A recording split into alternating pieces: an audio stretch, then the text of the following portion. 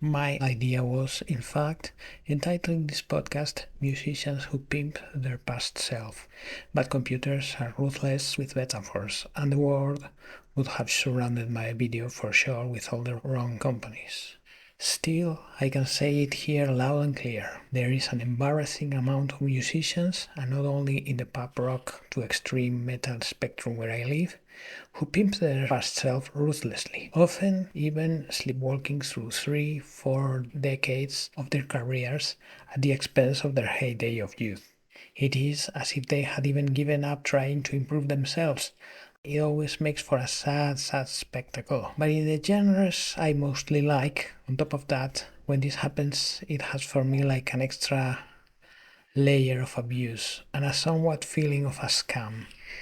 Because other genres, like say classic music, jazz, pop, can exist if they want in an abstract vacuum. They don't care about the world we're living in. It's not that they don't address sometimes controversial issues or current world events, but it isn't the norm. Generally speaking, there's not a lot of ideology in those genres. So, in their case, if an adult person in his or her 40s, 60s, or beyond wants to go through the same movements that brought them fame in their 20s and keep on singing the same songs in the same way or sending the same vapid messages about shaking their booty or whatever, well, that's their prerogative as an adult. And if the ringing of their familiar name gets to sell some tickets, and that's what they and their audience feel like doing, more power to them.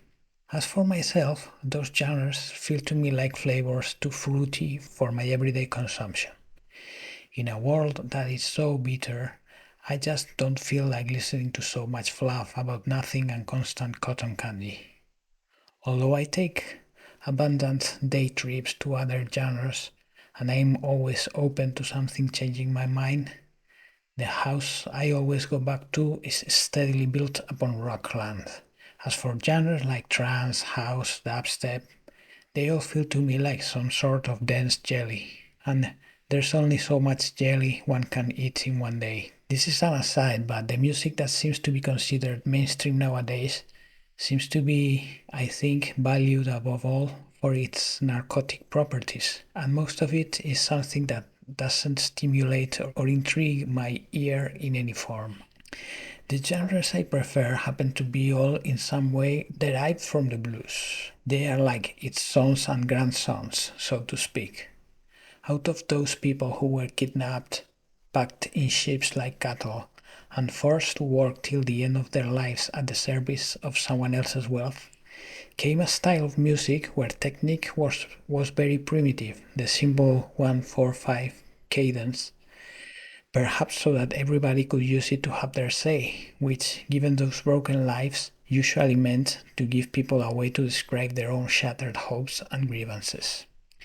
These two elements, technical simplicity and a penchant for speaking about yourself and the world around you in somewhat critical terms, have stayed as a constant in all the different evolutions and mutations that Grandpa Blues has gone through since then. Classic rock, punk, hardcore punk, all the metals. Punk is another stage of the journey I'd like to stop at as I advance towards the current state of affairs.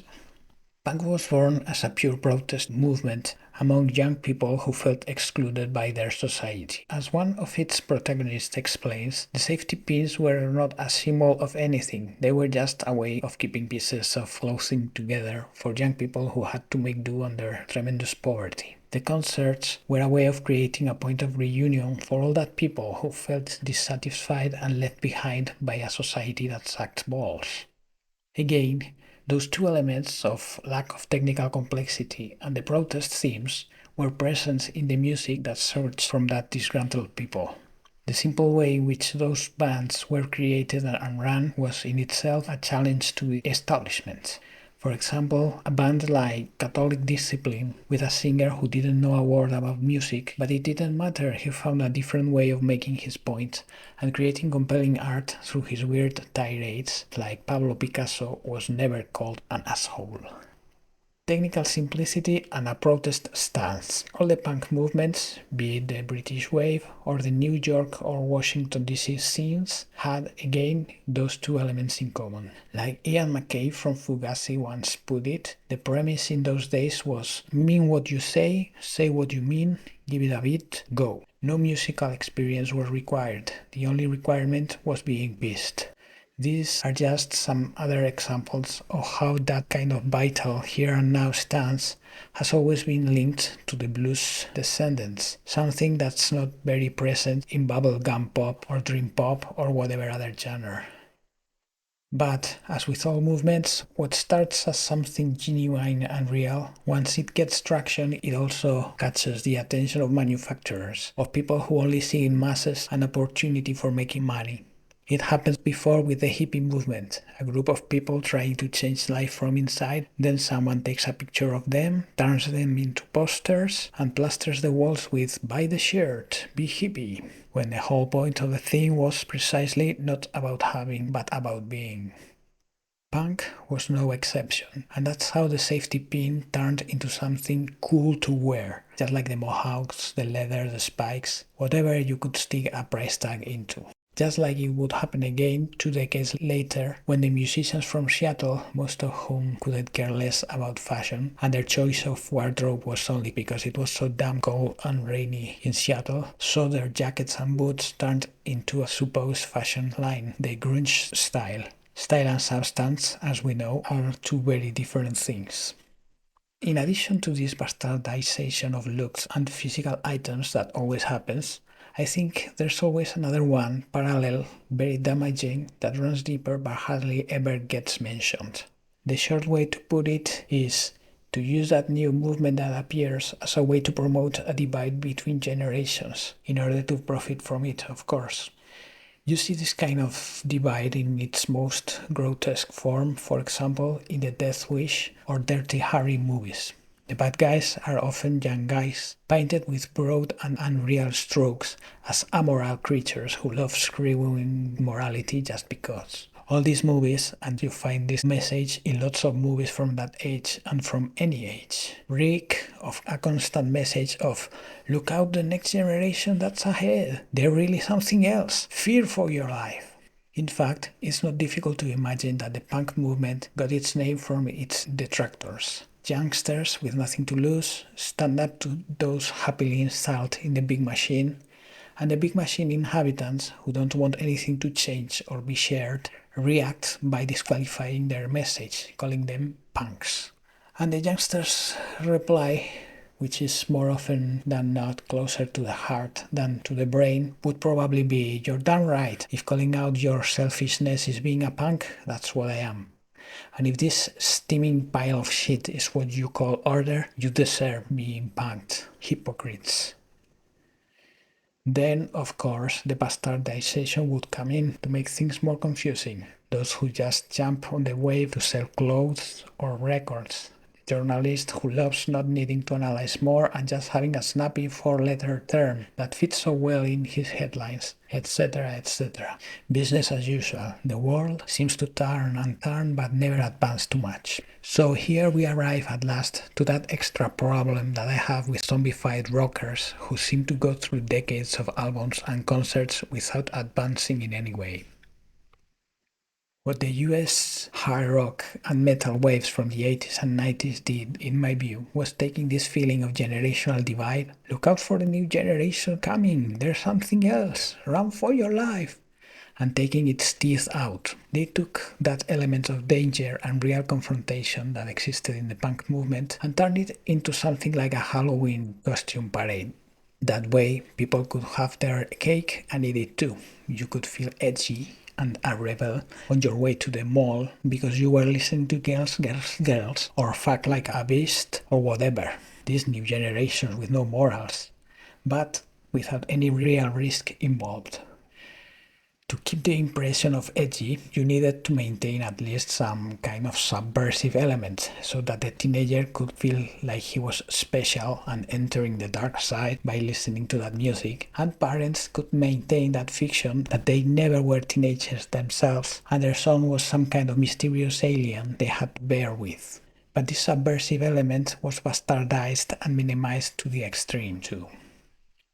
In all kinds of rebellions, when a teen shows a middle finger to a parent, a citizen to a cop, a worker to an employer, any struggle that involves figures of authority, there are always two camps. Those who rebel because they mean it, because there's something unacceptable that they want to change, and those who just follow the direction of the crowd. The first stance is the adult stance, and very frequently, for their temperament, the young adult stance. As your superpowers of fully grown human develop, you don't like the world you're being handed and you want to do something about it. That something can mean a lot of things, for example, making music. The other stance is more like a baby-like stance. It's people who are taken into adulthood kicking and screaming, trying to keep on being the kid that poo-poos everywhere and is accountable to his own desires and wishes only. Sort of an extreme version of the Peter Pan complex. And the kind of rebellion of these monstrous kids does not have thought out reasons or feelings behind, just a very basic me, me, me. Immediate gratification of the senses is all that counts.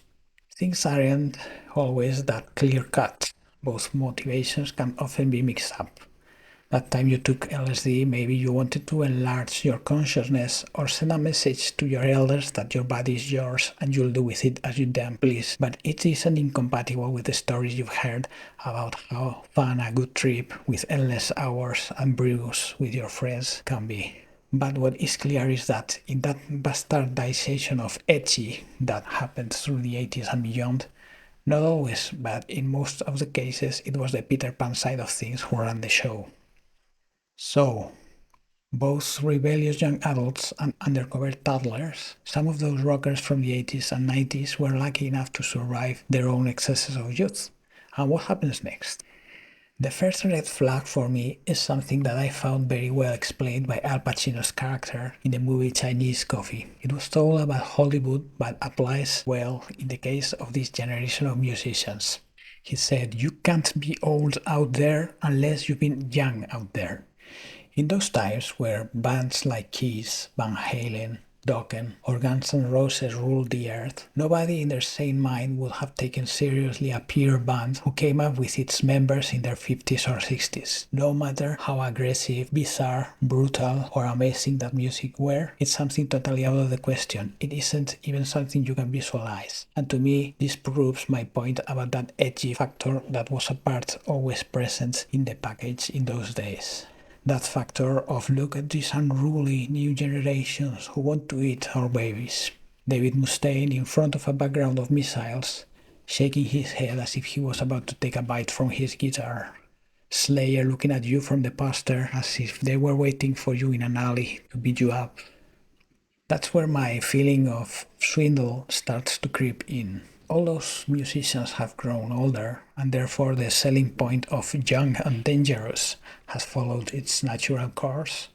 Their narratives have often been turned discreetly, little by little, into "we're masters of our craft, mere entertainers who produce music of great quality."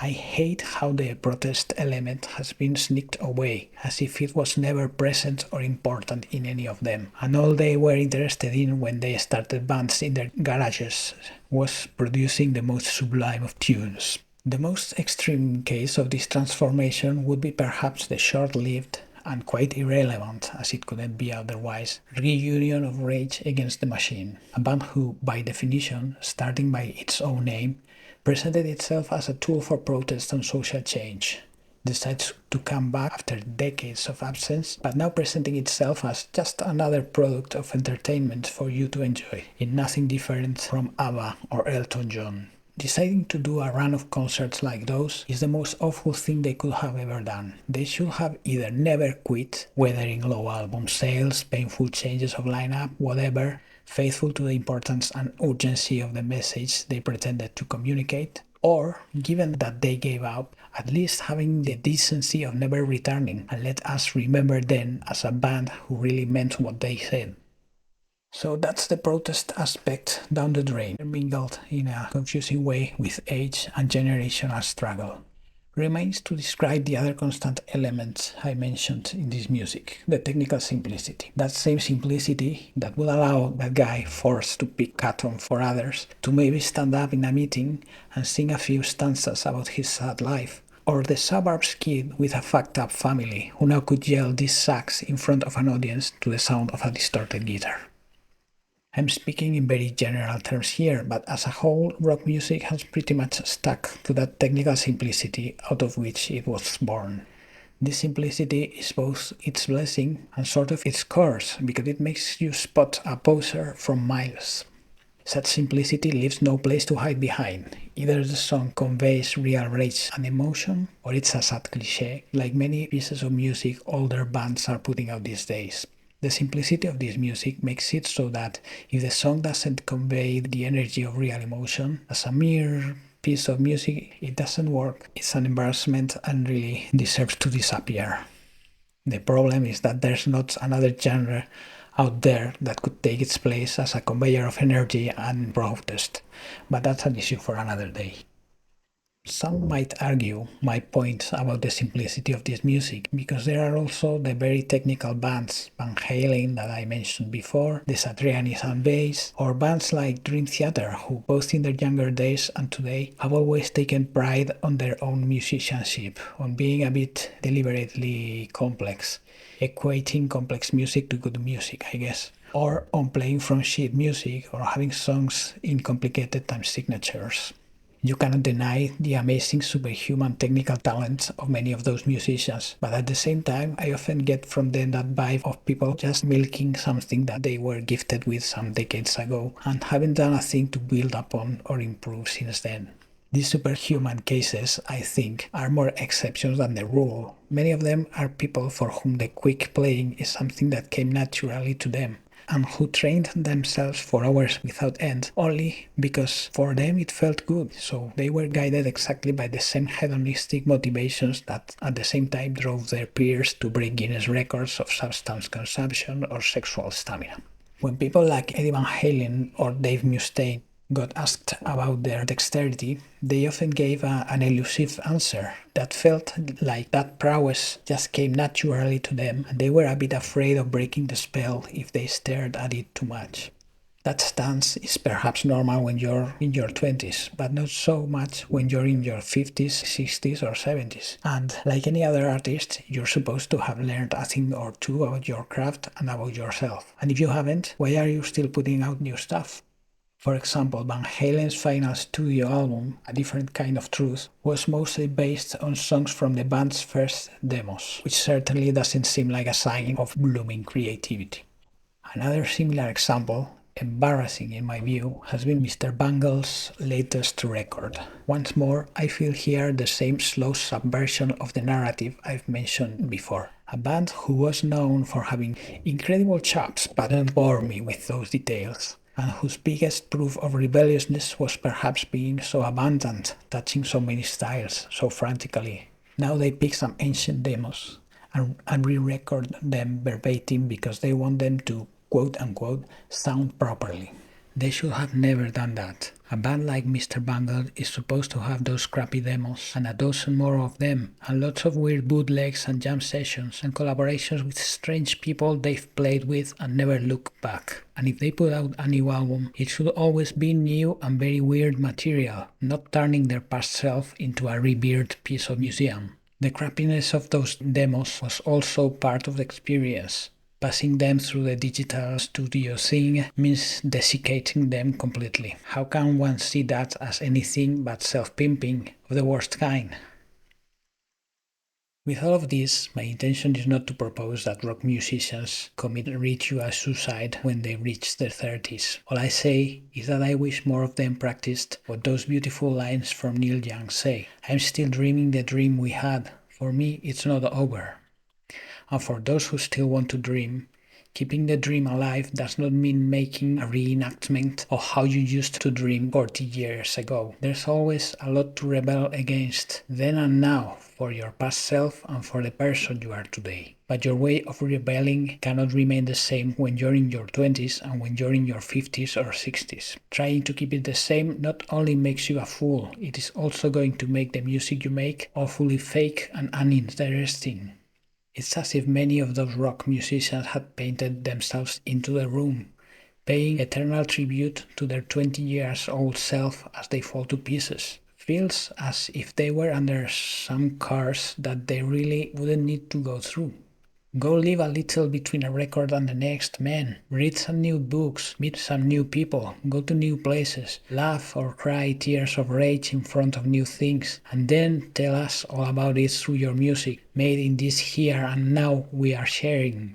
Enough with the recipes and the facsimile stance. If you still want the edge, leave your younger self alone and show your teeth to something that's happening here and now. That's what this kind of music was created for, and truly, believe me, it really shows when it is used only as a klutz, and it's not a pretty spectacle. Thank you to everybody who got this far. I don't pretend that these thoughts are the be-all and all of this very complex subject. I've made my way through it like throwing punches into the dark, using a lot of generalizations. Still, I hope that some of my ideas and the cause for my indignation come across to some extent. See you next time.